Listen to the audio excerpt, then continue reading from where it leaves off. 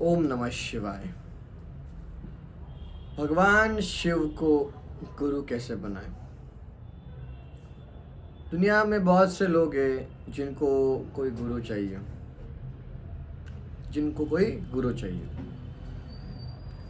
लेकिन मनुष्यों को जितने भी देव पूजा पाठ साधना भगवान का ध्यान कर ले, मनुष्य रूपी गुरु हमें बनाना ही होता है।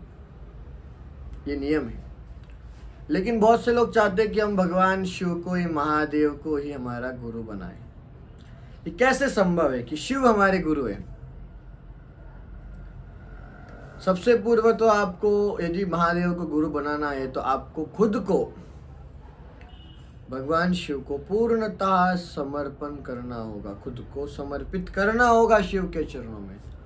कोई भी अच्छा कार्य करने से पहले शिव से शुरुआत, कोई भी कार्य खत्म होने के बाद शिव पे अंत।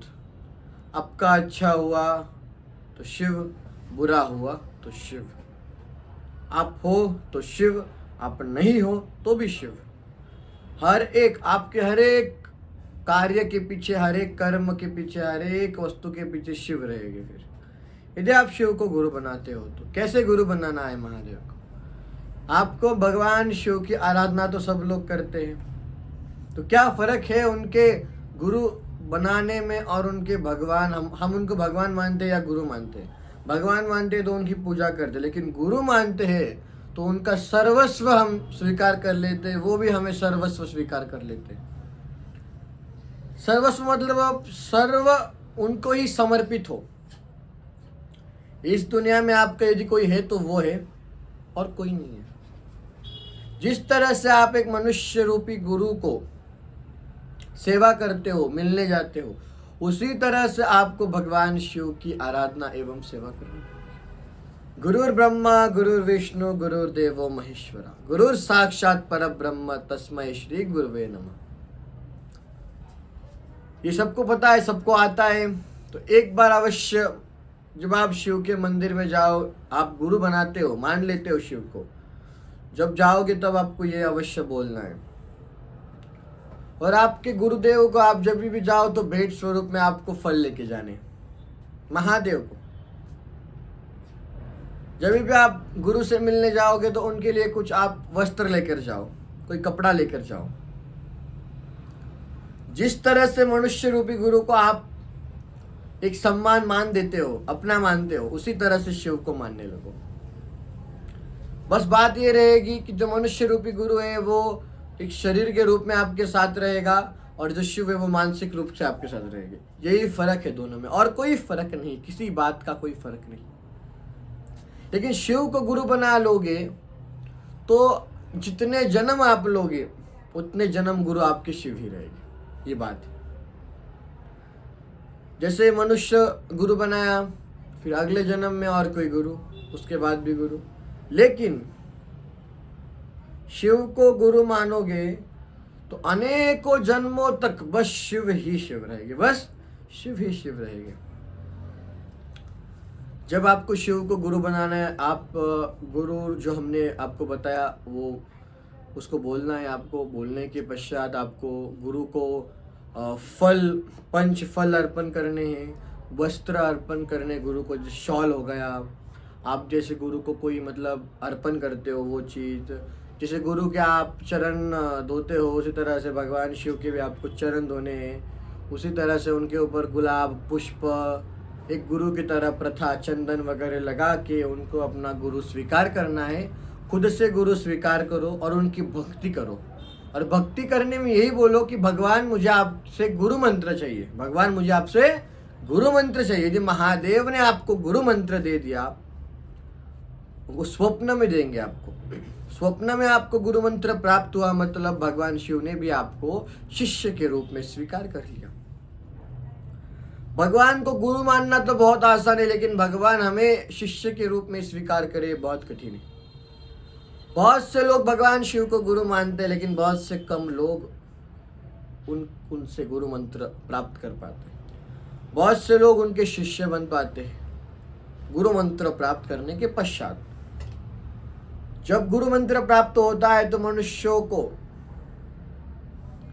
गुरु मंत्र का पालन करना पड़ता है, गुरु मंत्र को ध्यान से उसका जप करना पड़ता है, और गुरु मंत्र किसी को बताना नहीं होता है।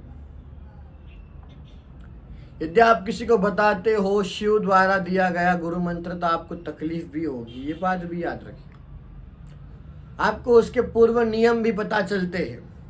भले ही आपको मंत्र शिव देंगे लेकिन उसके नियम आपको कोई मनुष्य ही बताएगा। शिव का कार्य क्या है? बस आपने जो मांगा गुरु दीक्षा, गुरु मंत्र, वो आप दोगे, और दक्षिणा के रूप में आप शिव को जीवन भर के लिए किसी शिव मंदिर में एक सेवा को दे दो। जब तक आप हो तब तक उस मंदिर में पुष्प आपकी तरफ से जाएंगे, जब तक आप हो तब तक उस मंदिर में आपकी तरफ से आप जल भरकर रखोगे, मंदिर की साफ सफाई का काम आप देखोगे, शिव के परिसर आंगन में आप साफ सफाई करोगे, कोई ना कोई एक कार्य, किसी मंदिर में तेल तूप हर हफ्ते में, हर माह में आप दोगे, ऐसा कोई सेवा स्वीकार कर लो। यदि ऐसा करते हो तो आप अवश्य ही भगवान शिव को अपना गुरु बना सकते हो, इसमें कोई भी संशय नहीं है।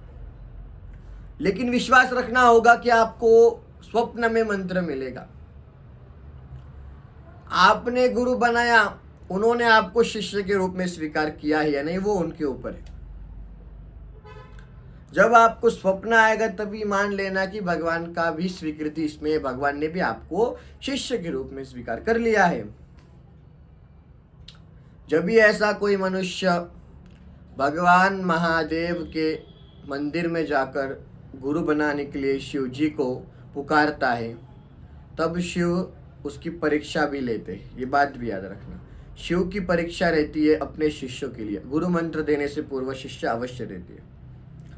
और जिस समय भगवान आपकी परीक्षा लेंगे तो परीक्षा लेने के दौरान कभी आपको ऐसा लगेगा ना कि अब मुझसे नहीं हो रहा है, अब मैं थक चुका हूँ, भगवान अब मैं नहीं कर सकता हूँ, और आप हार मान जाओगे। वही समय रहेगा कि वहीं से आप यदि आगे उड़ जाते हो कि नहीं, मैं भगवान की परीक्षा में पास हो जाऊंगा, आपने सोच लिया, कार्य हो गया, आपको प्राप्त हो जाएगा।